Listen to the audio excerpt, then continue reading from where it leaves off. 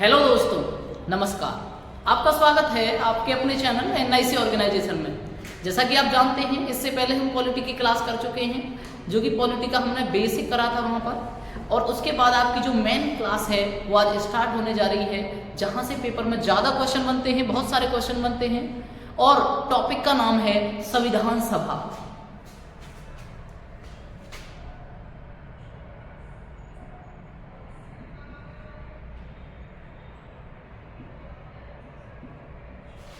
आप कहोगे कि सर जी ये संविधान सभा इतनी महत्वपूर्ण क्यों है? मैं कहूँगा मेरे भाई, संविधान सभा महत्वपूर्ण इसलिए है क्योंकि जो हमारा संविधान बनाया है वो बनाया है संविधान सभा ने।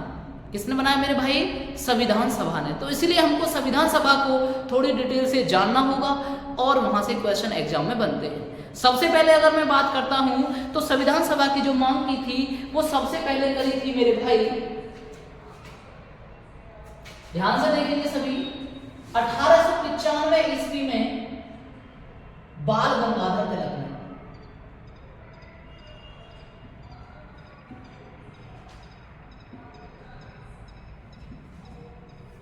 और बाल गंगाधर तिलक ने 1895 ईस्वी में मांग की थी संविधान सभा की। और यहीं पे उन्होंने जो मौलिक अधिकार हैं उनके भी बारे में पहली बार चर्चा की थी। और उन्होंने इस टाइम पे कहा था इसको स्वराज विधेयक के रूप में। किसके रूप में मेरे भाई? स्वराज विधेयक के रूप में। तो किस रूप में की थी उन्होंने? स्वराज विधेयक के रूप में।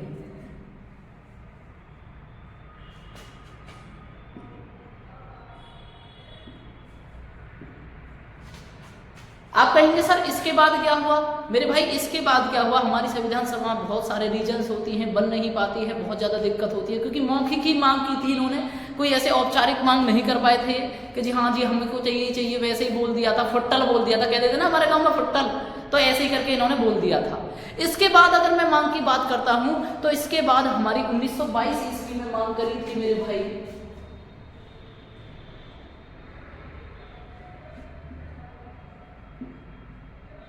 महात्मा गांधी ने।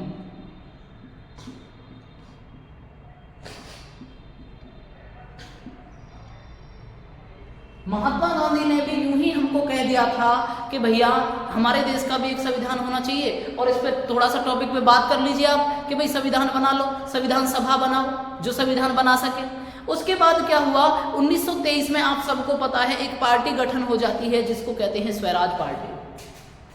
1923 में कौन सी पार्टी गठन होती है मेरे भाई? Swaraj party. Most important question कि किसने बनाया था इसको? मोतीलाल नेहरू और चित्तरंजन दास। मोतीलाल नेहरू प्लस में चित्तरंजन दास।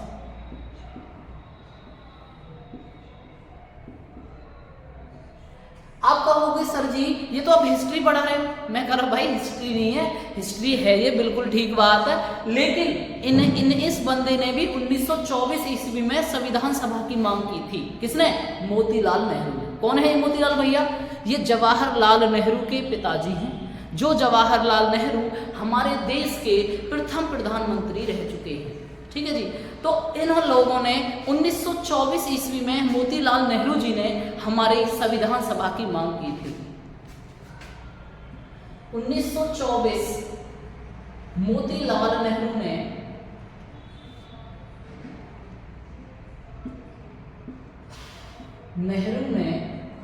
संविधान सभा की मांग की। संविधान सभा की मांग की 1924 में इन्होंने मांग की और काफी समय गुजर जाता है। इसके बाद कोई ज्यादा चर्चा जो होती है इस विषय पर नहीं कर पाते हैं। और इसके बाद जो ये सारी की सारी मांग अनऑफिशियल थी, कोई ऑफिशियल मांग नहीं थी। इसके बाद एक ऑफिशियल मांग उठती है जो कि 1934 में निकलती है, उसको हम कहते हैं संविधान सभा की औपचारिक मांग। तो संविधान सभा की औपचारिक मांग मेरे भाई 1934 में होती है।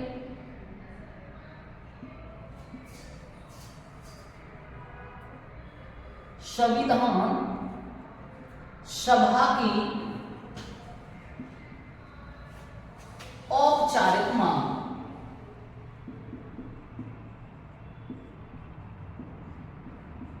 संविधान सभा की औपचारिक मांग एम.एन. राय के द्वारा की जाती है।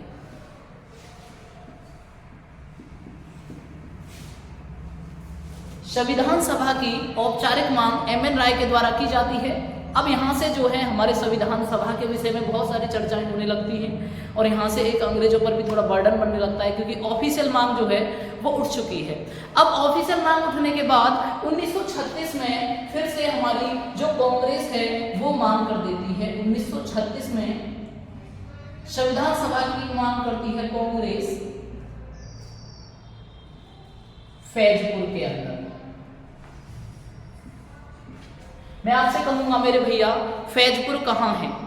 फैजपुर जो है महाराष्ट्र में पड़ता है। फैजपुर जो जगह है वो कहाँ पे पड़ती है? महाराष्ट्र में। आपसे क्वेश्चन पूछा जाएगा कि कांग्रेस ने संविधान सभा की मांग कब की? कांग्रेस ने संविधान सभा की मांग की थी 1936 में, फैजपुर के अंदर उन्होंने मांग की थी। ठीक है जी। औपचारिक मांग किसने की थी? 1934 में, और किसके द्वारा की गई थी? एम.एन. राय के द्वारा। उसके बाद हम बात करते हैं 1938 ईस्वी में हमारे पंडित जवाहरलाल नेहरू स्पेशली, देखो ये 1937-38 लिखा है कहीं कहीं, तो आपको कंफ्यूज नहीं होना है। 1938 में पंडित जवाहरलाल नेहरू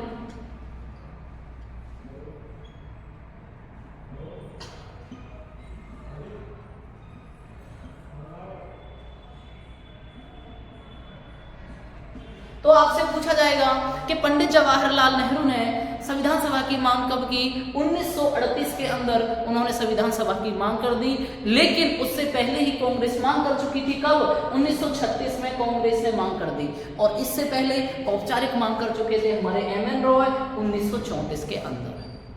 लेकिन अभी भी अंग्रेज इतने अच्छे नहीं थे।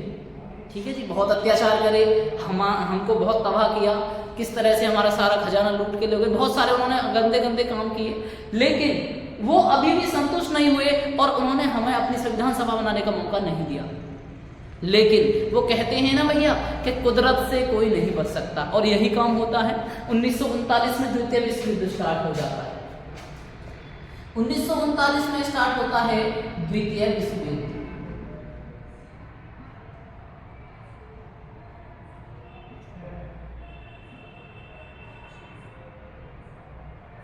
1939 में स्टार्ट हो जाता है द्वितीय विश्व युद्ध। मेरे भाई ज्यादा डिटेल से नहीं पढ़ा रहा मैं यहाँ पर आपको द्वितीय विश्व युद्ध, because it is not an history class. ये हिस्ट्री की क्लास बिल्कुल नहीं है, पॉलिटी की क्लास है, और आप ध्यान रखेंगे इन चीजों से बहुत सारी चीजें रिलेट करती हैं। क्यों? क्योंकि 1939 में जैसे ही द्वितीय विश्व युद्ध स्टार्ट हुआ तो वहां पर क्या हुआ भैया, जो अंग्रेज थे वो बहुत कमजोर पड़ रहे थे, उन्हें भारतीयों की जरूरत पड़ी। जब उन्हें भारतीयों की जरूरत पड़ी तो वो हमारे पास उल्टा प्रस्ताव लेके आ रहे हैं। समझिए पॉइंट को, कहते ना भैया कि जरूरत होने पर गधा भी बाप बनाना पड़ता है। ठीक है ना, तो वही वाला काम हो गया यहाँ। अंग्रेज अब तक तो पहले तो हमको दे नहीं रहे थे संविधान सभा बनाने की मंजूरी, लेकिन अब 1939 में जैसे ही द्वितीय विश्व युद्ध छिड़ा तो 1940 में एक प्रस्ताव आ जाता है जिसको कहते हैं अगस्त प्रस्ताव। 1940 में आ जाता है अगस्त प्रस्ताव।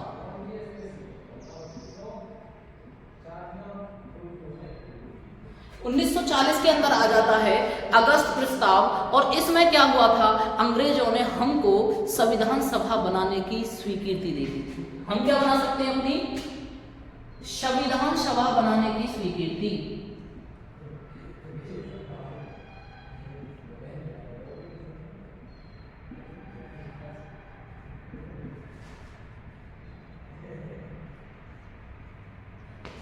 लेकिन हमारे जो पंडित जवाहरलाल नेहरू थे, इन्होंने इसका सख्त विरोध किया और उन्होंने इस अगस्त प्रस्ताव को कहा था कि ये तो मेरे भैया दरवाजे पर जंग लगी हुई कील के बराबर है। तो ये बात किसने कही थी? पंडित जवाहरलाल नेहरू ने अगस्त प्रस्ताव के लिए ये बात बोली थी कि जो अगस्त प्रस्ताव है वो हमारे लिए दरवाजे पर लगी जंग की कील की तरह लगी हुई है। तो यहाँ पर ये बात बहुत ही महत्वपूर्ण हो जाती है कि किसने कही थी ये बात? पंडित जवाहरलाल नेहरू ने। दरवाजे पर जंग लगी कील, इसको दरवाजे पर जंग लगी कील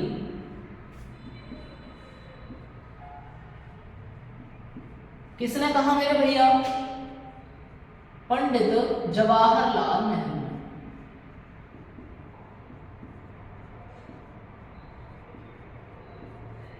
पंडित जवाहरलाल नेहरू ने इसको दरवाजे पर जंग लगी हुई कील कहा। लेकिन आपको एक बात ध्यान रखनी है, यहाँ पर अभी हम रुकने वाले नहीं थे। अंग्रेजों ने स्वीकृति दी, बहुत सारी प्रॉब्लम्स थी उसके अंदर, वो स्वराज दे रहे थे, पूर्ण स्वराज नहीं दे रहे थे, तो इस वजह से बहुत सारी ऐसी कंडीशन थी जिनकी वजह से पंडित जवाहरलाल नेहरू ने इसको साफ मना कर दिया। और यहीं पर उन्होंने एक दूसरा अपना नया टॉपिक छेड़ा जिसको कहते हैं व्यक्तिगत सत्याग्रह। और सबसे पहले 1940 में व्यक्तिगत सत्याग्रह स्टार्ट हुआ और सबसे पहले व्यक्तिगत सत्याग्रह करने वाले सत्याग्रही बने हमारे 1940 की ही बात है। और 1940 में व्यक्तिगत सत्याग्रह, और इसके थ्रू सबसे पहले गिरफ्तार कौन हुए या फिर किसने सबसे पहले किया? आचार्य विनोबा भावे।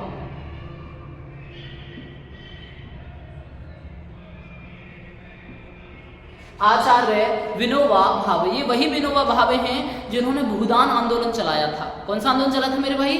भूदान आंदोलन। किससे संबंधित है? विनोबा भावे से संबंधित है। किससे संबंधित है? विनोबा भावे से संबंधित है। ठीक है मेरे भाई, आगे बात करते हैं। दूसरे नंबर वाले जो थे, पहले नंबर के ये थे, तो दूसरे नंबर वाले थे पंडित जवाहरलाल नेहरू।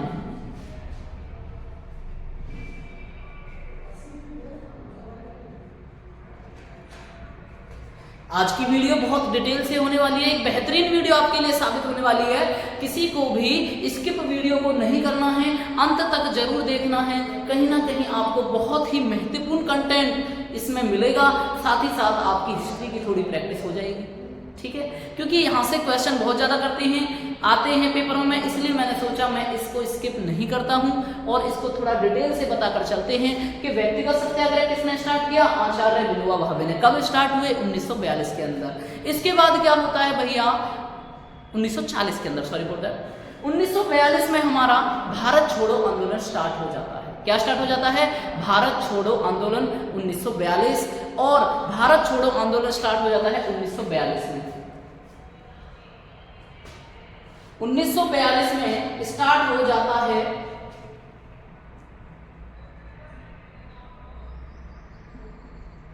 भारत छोड़ो आंदोलन।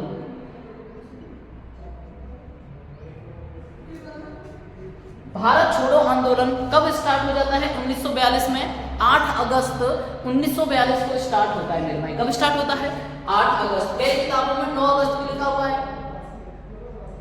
अगर आपको ऑप्शन में 8 अगस्त मिलता है तो वो आंसर लगाना है, अगर नहीं है तो 9 अगस्त लगाना है। और यहीं पे गांधी जी ने करो या मरो का नारा दिया था कि भाई या तो कर जाओ या फिर मर जाओ। तो करो और मरो का नारा किसने दिया? महात्मा गांधी ने दिया। कब दिया? भारत छोड़ो आंदोलन के अंतर्गत दिया। क्योंकि इस समय पे 1942 में एक मिशन आया था जिसका नाम है क्रिप्स मिशन। क्या आया था? Cripps mission. 1942 में एक मिशन आया था मेरे भाई जिसका नाम है क्रिप्स मिशन। इसमें 3 सदस्य थे मेरे भाई। कितने सदस्य थे इनमें? 3 सदस्य थे। और 3 सदस्यों में से एक तो हमारे क्रिप्स ही थे, एक लॉरेंस और एक अलेक्जेंडर। तो आपसे पूछा जाएगा कि क्रिप्स मिशन भारत कब आया? 1942 ईस्वी में।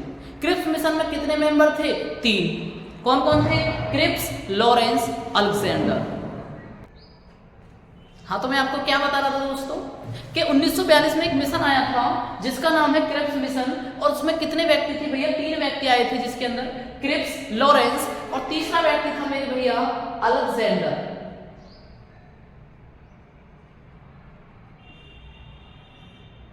तीनों ही व्यक्तियों का नाम आपको याद रखना है क्योंकि कई बार पेपर में आ चुका है कि क्रिप्स मिशन भारत कब आया? 1942। कितने सदस्य थे? 3, क्रिप्स, लॉरेंस और अलेक्जेंडर। इसके अध्यक्ष भी क्रिप्स थे बिकॉज जो मिशन का नाम है वो क्रिप्स है। आइए फटाफट 1 मिनट में रिवाइज कर लेते हैं, उसके बाद आगे बढ़ते हैं। सबसे पहले मैंने आपसे कहा कि संविधान सभा की मांग कब हुई थी? सबसे पहले 1895 में बाल गंगाधर तिलक ने स्वराज विधेयक के रूप में की थी। और यही मांग वो मांग है जो मूल अधिकारों की मांग भी थी। उसके बाद 1922 ईस्वी में महात्मा गांधी ने इस विषय में बताया कि भाई संविधान सभा बनाइए जिससे हम अपना संविधान बनाएं। उसके बाद 1923 के अंदर कोई मांग नहीं हुई मेरे भाई, लेकिन 1923 में स्वराज पार्टी बनी जो मोतीलाल नेहरू और चित्तरंजन दास के द्वारा बनाई गई थी। बिकॉज इसके तुरंत एक साल बाद मोतीलाल नेहरू ने संविधान सभा की मांग कर दी थी, इसीलिए आपके लिए महत्वपूर्ण बन जाती है और स्वराज पार्टी भी कई बार पेपर में आई हुई है। उसके बाद सबसे पहले आपसे पूछेगा कि संविधान सभा की औपचारिक मांग कब हुई है? 1934 के अंदर एम.एन. राय के द्वारा की गई है। और कांग्रेस ने कब की है? 1936 में फैजपुर महाराष्ट्र के अंदर कांग्रेस ने पहली बार अपनी मांग की है। और 1938 में पंडित जवाहरलाल नेहरू स्पेशली मांग कर देते हैं संविधान सभा की, लेकिन वहां पर अंग्रेज हमको संविधान सभा नहीं देते हैं। और वहां पर नहीं देते हैं तो 1939 में द्वितीय विश्व युद्ध स्टार्ट हो जाता है। और द्वितीय विश्व युद्ध स्टार्ट होने से भैया अंग्रेज कमजोर पड़ जाते हैं और उन्हें हमारी जरूरत महसूस होती है, और इसीलिए वो 1940 में हमारे पास एक प्रस्ताव भेजते हैं जिसको हम कहते हैं अगस्त प्रस्ताव। लेकिन इसको ठुकरा देते हैं कौन? पंडित जवाहरलाल नेहरू। कहते हैं कि एक दरवाजे पर लगी जंग लगी कील के बराबर है, ये हमें नहीं चाहिए। उसके बाद 1940 में व्यक्तिगत सत्याग्रह स्टार्ट हो जाता है, जो सबसे पहला विनोबा भावे, उसके बाद जवाहरलाल नेहरू, और 8 अगस्त 1942 को भारत छोड़ो आंदोलन चलता है। क्यों? क्योंकि इसके बाद फिर से उन्होंने एक मिशन भेजा, क्रिप्स मिशन, जिसमें 3 सदस्य थे 1942 के अंदर, क्रिप्स, लॉरेंस और अलेक्जेंडर। कई बुक्स में ये 9 अगस्त भी है, 8 अगस्त भी है, तो अगर पेपर में 8 अगस्त आया पहले वो लगाइए, उसके बाद 9 अगस्त है तो वो लगाइए। ठीक है मेरे भाई, इससे आगे हम अपना सेशन स्टार्ट करते हैं। चलिए इससे आगे सेशन स्टार्ट करेंगे। चलिए अभी स्टार्ट करते हैं। हाँ तो भाई मैं आपको बता रहा था कि 1942 में एक मिशन आता है जिसका नाम है क्रिप्स मिशन। दोबारा मैं लिख देता हूँ, कभी आप थोड़े भूल जाते हैं चीजों को। हमने कहा कि 1942 में एक मिशन आता है, और 1942 में जो मिशन आता है उसका नाम था क्रिप्स मिशन।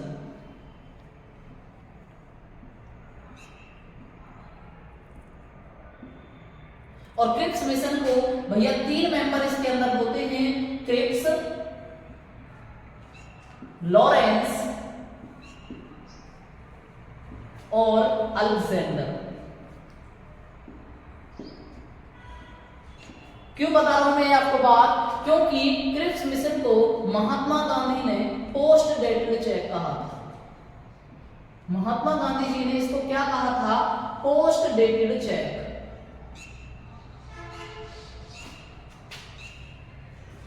आपसे पूछा जाएगा कि क्रिप्स मिशन को पोस्ट डेटेड चेक किसने कहा? महात्मा गांधी ने। महात्मा गांधी ने क्या कहा था? पोस्ट डेटेड चेक कहा था। उसके बाद मेरे भैया होता क्या है?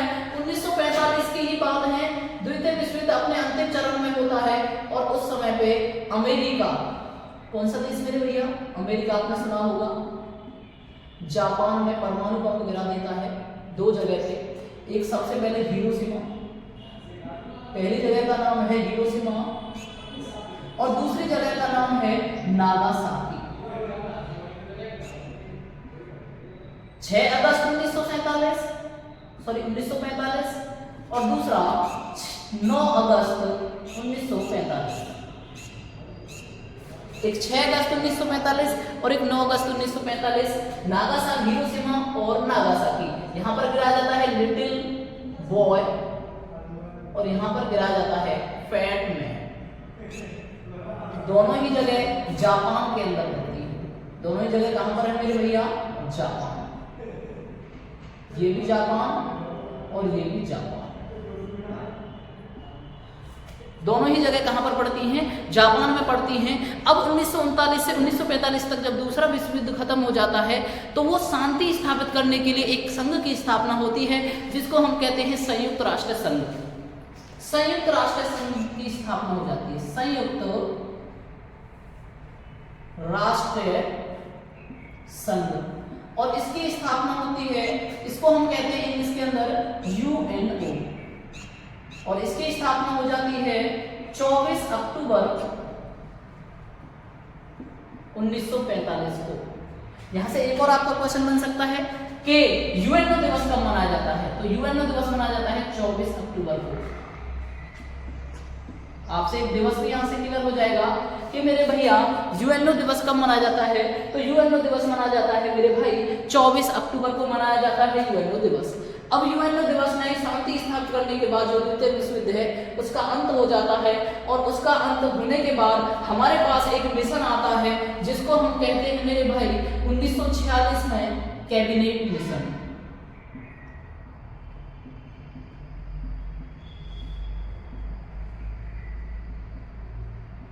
हाँ मेरे भाई, ये बहुत ही महत्वपूर्ण है क्योंकि कैबिनेट मिशन में वही 3 मेंबर रहते हैं, क्रिप्स, लॉरेंस और अलेक्जेंडर। और कैबिनेट मिशन आने के बाद कैबिनेट मिशन ही वो चीज है जिससे हमारी संविधान सभा बनकर तैयार हो जाती है।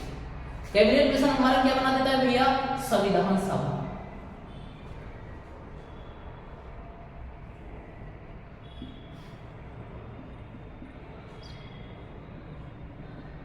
आपसे पूछा जाएगा कि संविधान सभा के निर्माण किसने किया? Cabinet mission. भारत के संविधान का निर्माण किसने किया? तो वो किया संविधान सभा ने। भारत के संविधान का निर्माण, तो भारत के संविधान का निर्माण किसने किया? संविधान सभा ने। संविधान सभा का निर्माण किसने किया? कैबिनेट मिशन ने। कैबिनेट मिशन कब आया? 1946 के अंदर। और उस समय पे मैं बात करता हूं तो टोटल थोड़ा सा हम रिवाइज कर लेते हैं कल वाली चीज को, कि उस समय पे अगर टोटल बात करते हैं तो 1946 में कैबिनेट मिशन के तहत जब संविधान सभा बनती है तो 389 प्रांत हमारे टोटल बन पाते हैं जो संविधान सभा के लिए रेडी होते हैं। और 389 में से मेरे भाई 292 ब्रिटिश प्रांत होते हैं, 93 देसी रियासत होती हैं और 4 होते हैं अन्य। इस तरह से आपको याद करना है। टोटल प्रांत कितने इकट्ठे हो जाते हैं? 389, और उनमें से 292 क्या होते हैं? ब्रिटिश प्रांत, 93 क्या होती है? देसी रियासतें, 4 होती हैं अन्य। ज्यादा नहीं कहूंगा, दोबारा याद दिलाऊंगा कि सरदार वल्लभ भाई पटेल ने हमारे प्रांत इकट्ठे किए थे और इसीलिए उनको भारत का लौह पुरुष कहा जाता है और भारत का बिस्मार्क कहा जाता है। बिस्मार्क इसलिए कहा जाता है क्योंकि बिस्मार्क ने जर्मनी का एकीकरण किया था, तो उसी तरह इन्होंने किया था। और उन्हीं के जन्म दिवस पर 31 अक्टूबर को हम राष्ट्रीय एकता दिवस के बारे में मनाते हैं। मोस्ट इंपोर्टेंट क्वेश्चन आपके लिए हो जाएगा। अब हम आगे बात करते हैं कि उस समय भैया एक अंतरिम सरकार का गठन हुआ था। किसका गठन हुआ था मेरे भाई? अंतरिम सरकार का गठन हुआ था, और उसके लिए मेरे भाई 1946 के अंदर होते हैं चुनाव।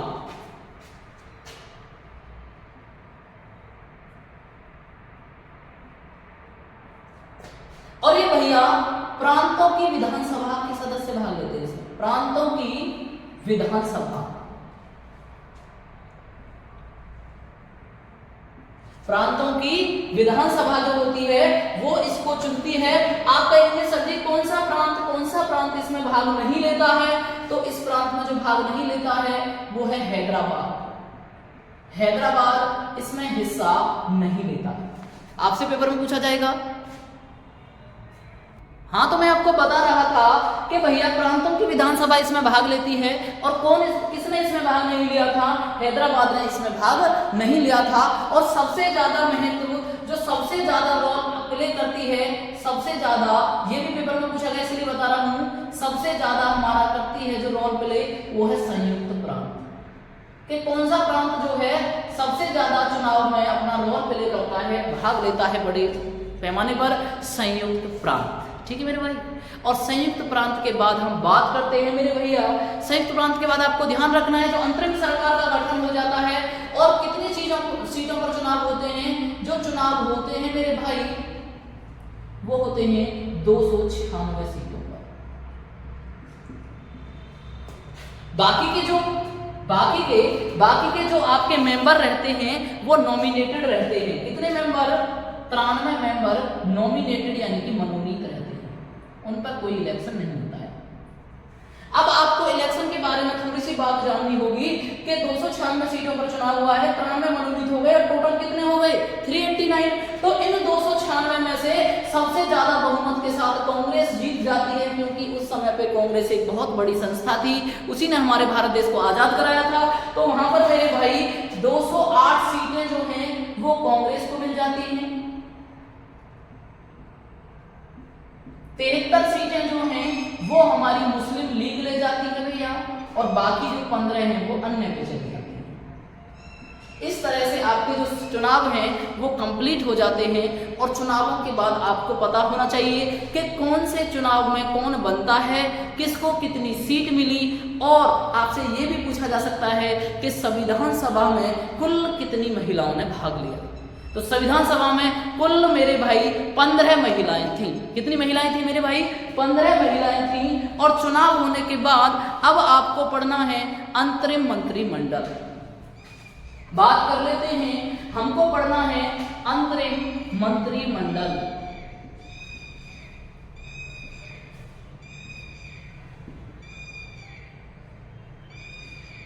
दो सितंबर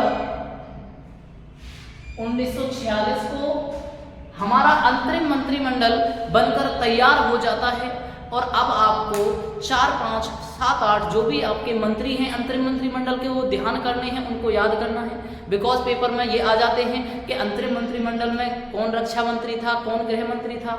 उसके बाद आपको स्वतंत्रता के बाद वाले भी याद करने हैं। ठीक है मेरे, चलिए दोस्तों पहले 1 मिनट में फटाफट से रिवीजन कर लेते हैं। मैंने आपसे कहा सबसे पहले 1942 में कौन सा मिशन आया था? यहाँ पर क्रिप्स मिशन आया था। कितने मेंबर थे? 3, क्रिप्स, लॉरेंस और अलेक्जेंडर।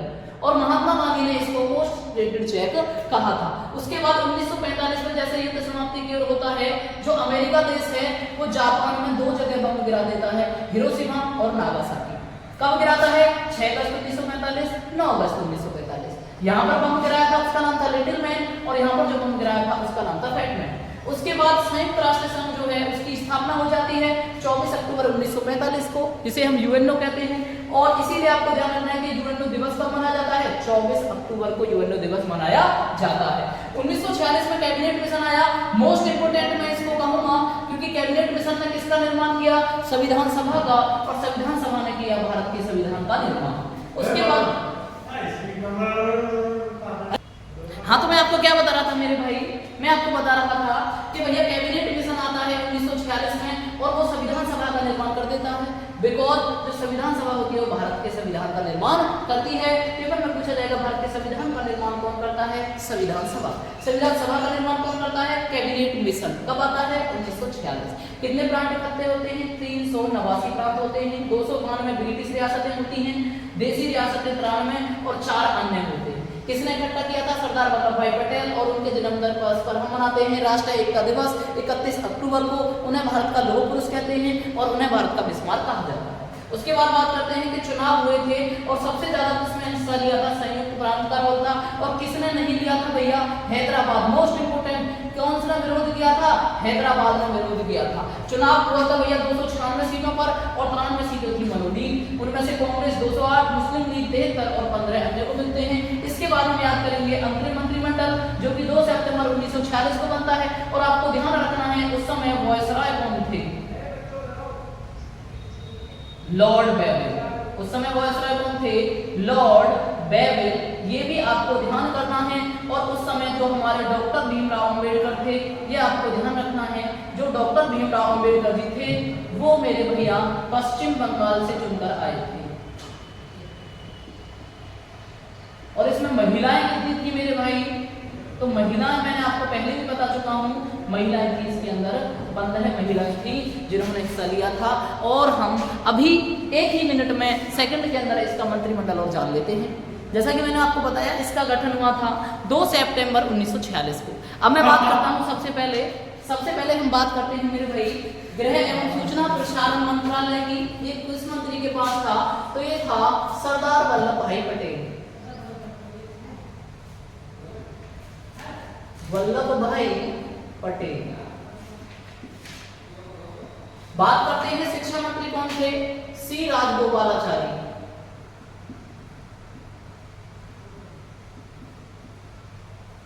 ये वही राजगोपालाचारी हैं जो प्रथम और अंतिम भारतीय वो गवर्नर जनरल थे। ठीक है जी। उसके बाद बात करते हैं, बाद में आगे चलते हैं। हाँ, तो मैं आपको बता रहा था कि शिक्षा मंत्री कौन थे? सी राजगोपालाचारी। और ये वही सी राजगोपालाचारी हैं जो भारत के प्रथम भारतीय और अंतिम भारतीय गवर्नर जनरल थे। आगे बात करते हैं मेरे दोस्त, खाद्य एवं कृषि मंत्री कौन थे? डॉक्टर राजेंद्र प्रसाद। ये वही राजेंद्र प्रसाद हैं जो भारत के प्रथम राष्ट्रपति रह चुके हैं। भारत के प्रथम राष्ट्रपति भी कौन थे? डॉक्टर राजेंद्र प्रसाद। रक्षा मंत्री, रक्षा करने के लिए क्या चाहिए भैया? बल चाहिए, बलदेव सिंह। रक्षा करने के लिए क्या चाहिए?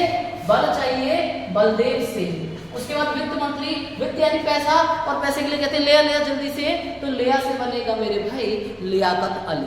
कौन हो जाएगा? लियाकत अली।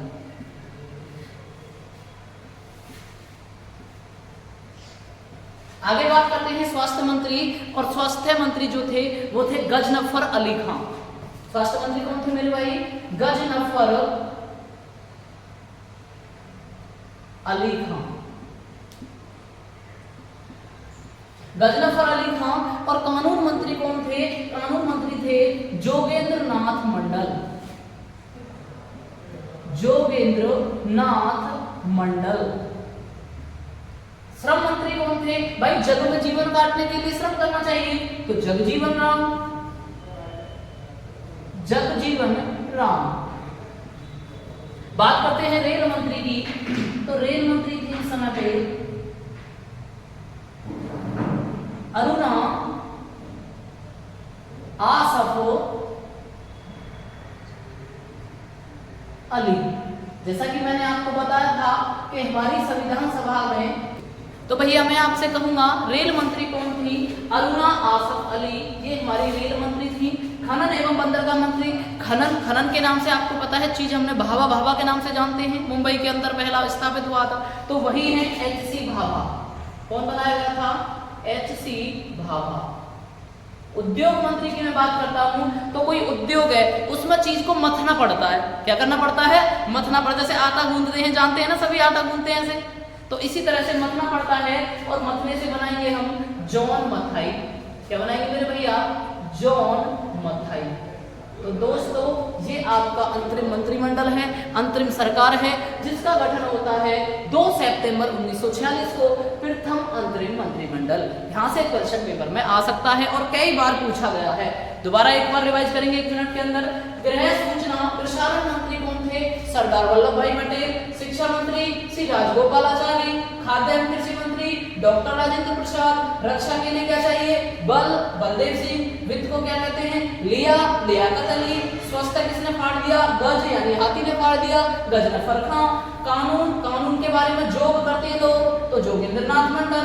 श्रम करने के लिए जग में जीवन काटना है, जगजीवन राम। रेल मंत्री अरुणा आसफ अली, रेल को देखते रोना आ जाता है। खनन एवं बंदरगाह भाभा। उद्योग में क्या करते हैं? मथते हैं, जॉन मथाई। ठीक है दोस्तों, तो कैसा लगा आपको? याद हुआ कि नहीं? एक बार आप जब बंद करके देखेंगे तो आपको जरूर याद आ जाएगा। जैसे मैं कहूंगा आपसे, आपको बताना है शिक्षा मंत्री, तो आप देखेंगे भाई रक्षा के लिए हमको चाहिए बल, और बल से क्या हो जाएगा? बलदेव से ही। सारे आपको याद आ जाएंगे, टेंशन नहीं लेनी है दोस्तों। ऐसी जो भी हम पर संभव ट्रिक्स हो पाएंगी, बहुत अच्छी ट्रिक्स से उसको कवर करवाएंगे। ठीक है दोस्तों,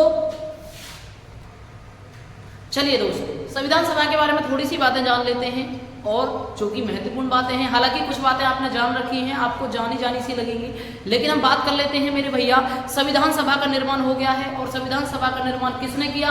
कैबिनेट मिशन 1946 में। संविधान सभा की पहली 3 महत्वपूर्ण बैठक आपको ध्यान करनी है। जो कौन सी बैठक है मेरे भाई?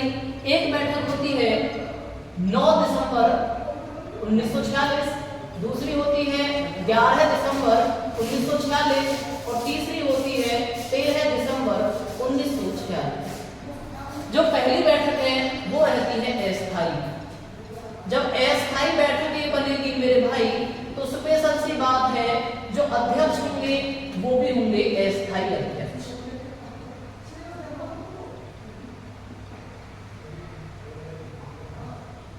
और अस्थायी अध्यक्ष कौन बने थे भैया? डॉक्टर सच्चिदानंद सिन्हा।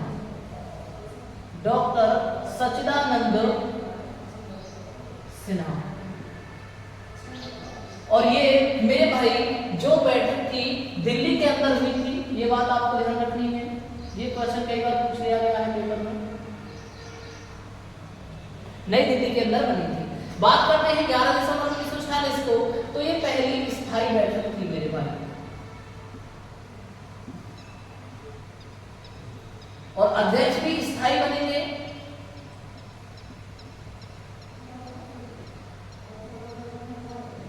और स्थायी अध्यक्ष बने थे डॉक्टर राजेंद्र प्रसाद।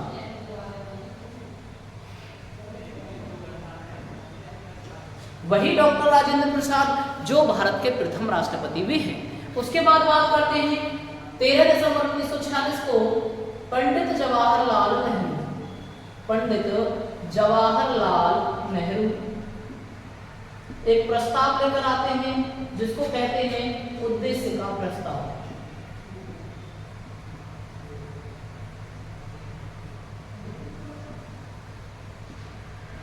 जिसे आज हम प्रस्तावना के रूप में जानते हैं। कंप्लीट डिटेल से वीडियो प्रस्तावना के ऊपर भी हम लेकर आएंगे, जिसमें आपको प्रस्तावना के बारे में टोटली बता दिया जाएगा कि क्या थी प्रस्तावना, कैसे बनी थी, सारी बातें बता दी जाएंगी। फिलहाल आप यहाँ ध्यान करिए कि सबसे पहली बैठक कब हुई थी? 9 दिसंबर 1946। कैसी थी? अस्थायी। मैं आपसे कहूंगा सबसे पहली स्थायी बैठक कब हुई? 11 दिसंबर 1946। थी तो ये दूसरी बैठक, लेकिन स्थायी रूप से पहली थी। स्थायी का मतलब होता है परमानेंट और अस्थायी का मतलब होता है टेम्परेरी। टेम्परेरी तौर पे बैठा दिए 9 दिसंबर 1946, लेकिन स्थायी तौर से बैठे 11 दिसंबर 1946। उसके बाद में बात करता हूं भाई, आगे हम बात करते हैं तो ब्रिटेन में मेरे भाई उस समय पे जब ये हमारा बैठकें चल रही थी तो ब्रिटेन में एक प्रधानमंत्री बने थे ब्रिटेन के,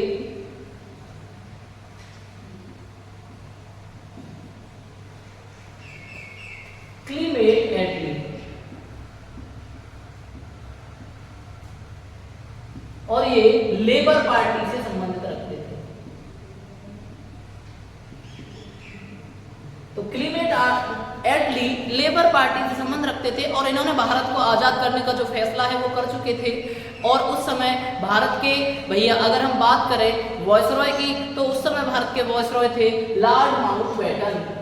वॉयसरॉय कौन थे उस समय भारत के? Lord Mountbatten. और अंतिम वॉयसरॉय आप इनको कह सकते हो, क्योंकि जैसे ही 1947 में हमारा देश आजाद होता है, उसी के बाद ये भारत के अंतिम वॉयसरॉय रहते हैं।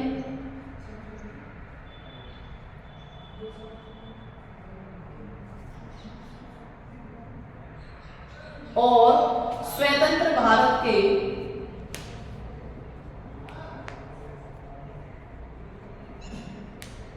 प्रथम गवर्नर जनरल।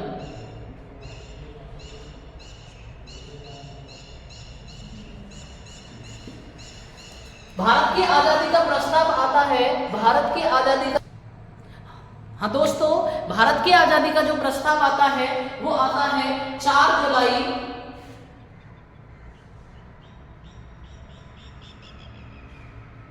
1947 को। भारतीय स्वतंत्रता विधेयक, लेकिन ये 18 जुलाई 1947 को पास होकर के बन जाता है भारतीय स्वतंत्रता अधिनियम। यानी इसका एक्ट कब बनता है दोस्तों? 18 जुलाई 1947। उसके बाद 14 अगस्त 1947 को पाकिस्तान अपने आप को आजाद मानता है।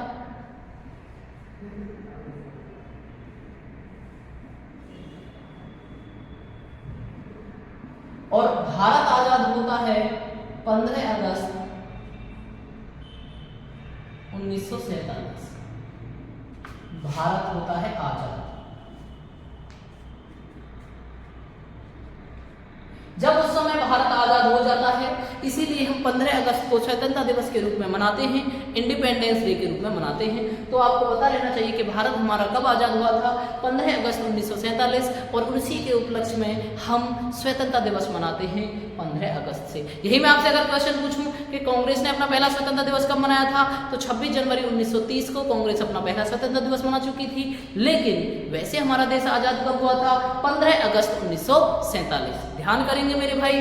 और आपको ये बात भी ध्यान रखनी है कि भारत आजाद हुआ 15 अगस्त 1947 को, कौन सी योजना के तहत? माउंटबेटन योजना।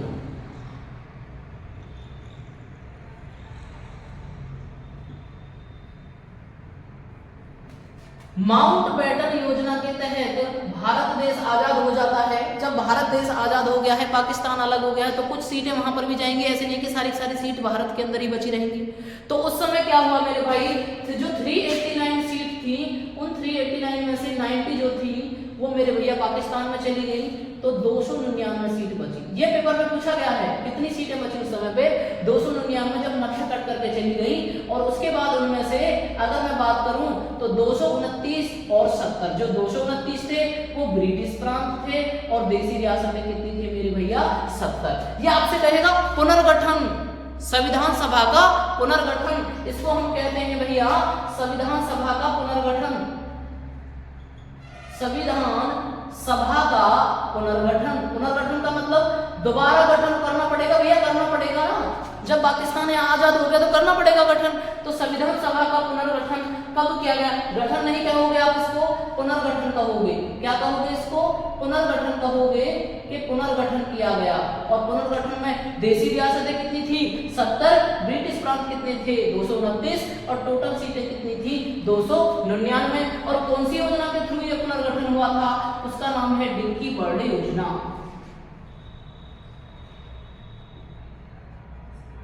किस योजना के थ्रू हुआ था? डिक्की बर्ड योजना। संविधान सभा का गठन हुआ था। आगे बात करते हैं कि संविधान सभा का गठन हो गया 15 अगस्त 1947 के बाद एक समिति बनती है 29 अगस्त 1947,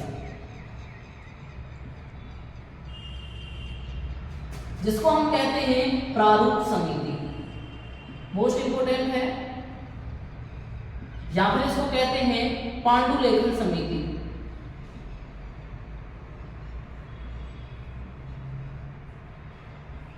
या फिर इसको कहते हैं प्रवर समिति, बहुत सारे इसके नाम हैं। या फिर इसको कहते हैं मसौदा समिति।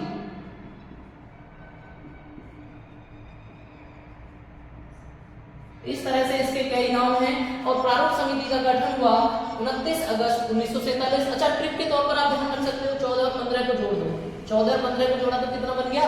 29 अगस्त 1947 प्रारूप समिति का गठन हो जाता है। और इस प्रारूप समिति में उस समय पर कितने मेंबर्स होते हैं मेरे भैया?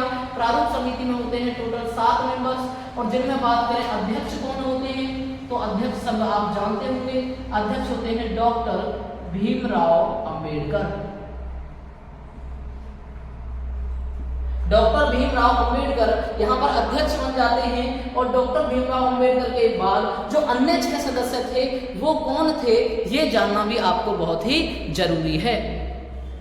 एक मिनट रुक लो। चलिए दोस्तों, बात करते हैं। मैंने आपसे कहा था कि भैया प्रारूप समिति का गठन हुआ है 29 अगस्त 1947। कितने सदस्य हैं इसमें? 7। और अध्यक्ष कौन है? डॉक्टर भीमराव अंबेडकर। अन्य 6 सदस्यों की बात करते हैं तो अन्य 6 सदस्य आप इस तरह से लिख लेंगे, अन्य 6 सदस्य। तो अन्य 6 सदस्यों में सबसे पहले आपको ध्यान करना है डीपी खेतान, और इनकी मृत्यु हो जाती है। और इनकी मृत्यु होने के बाद यहाँ पर आते हैं टीटी कृष्णमाचारी।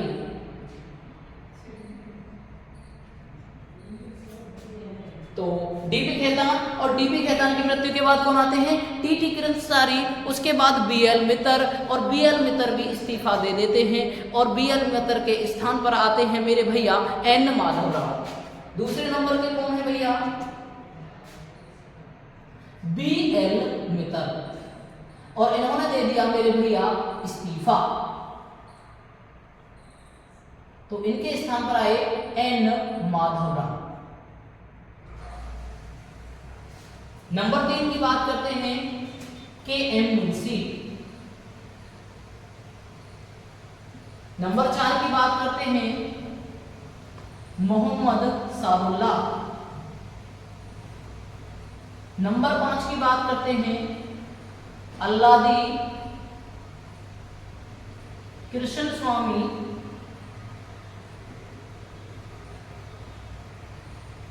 अय्यर। और छठे नंबर पे आते हैं कौन आते हैं छठे नंबर पे, बताइए जल्दी फटाफट। गोपाल स्वामी अय्यर, गोपाल स्वामी अय्यर।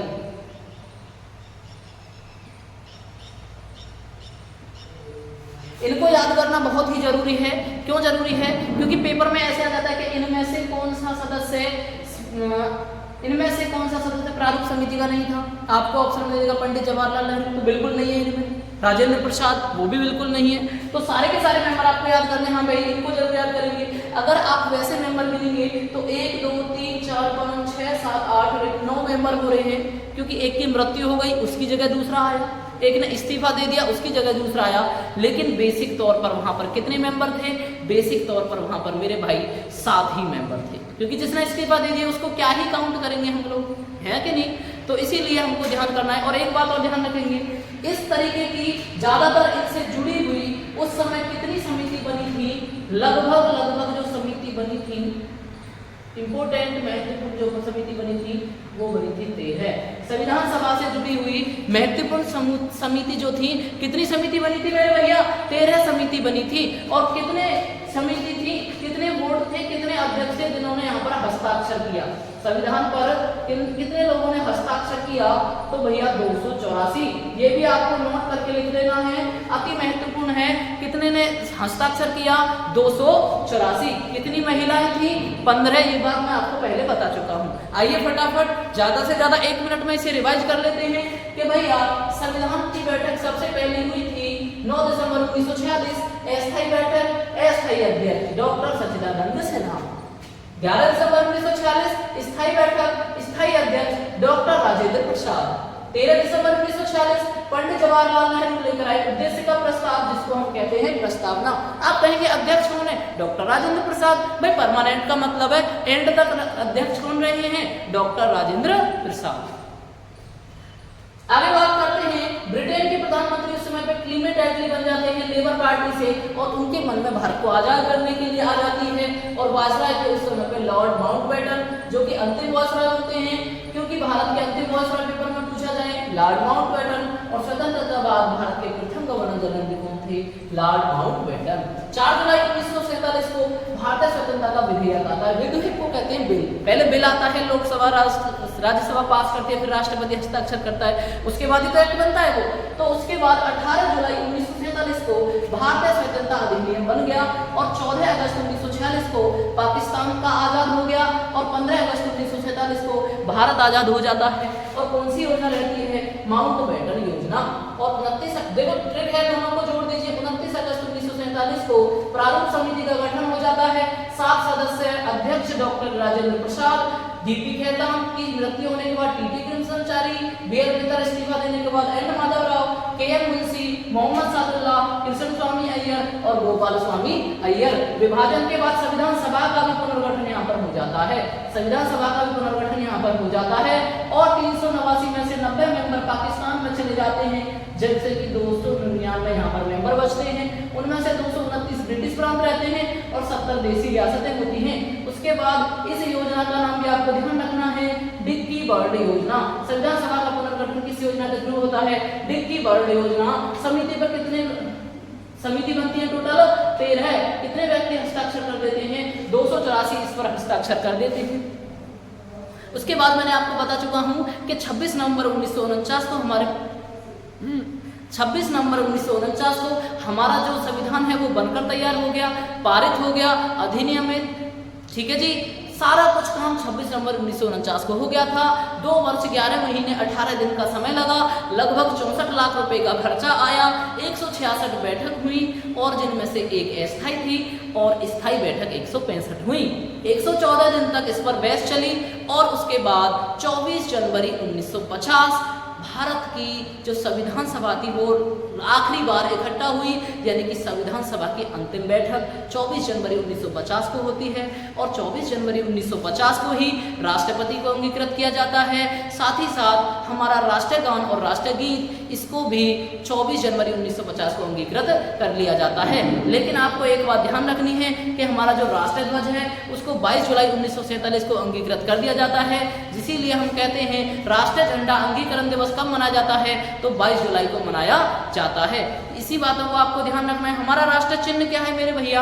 अशोक स्तंभ, जो कि हमने सारनाथ से लिया है भैया, और उस पर जो सत्यमेव जयते है वो हमने लिया है मुंडकोपनिषद से। तो आपको ध्यान रखना है, उसको हमने 26 जनवरी 1950 को अपनाया था। उसी के बाद आपको लास्ट ध्यान करना है राष्ट्रीय पंचांग।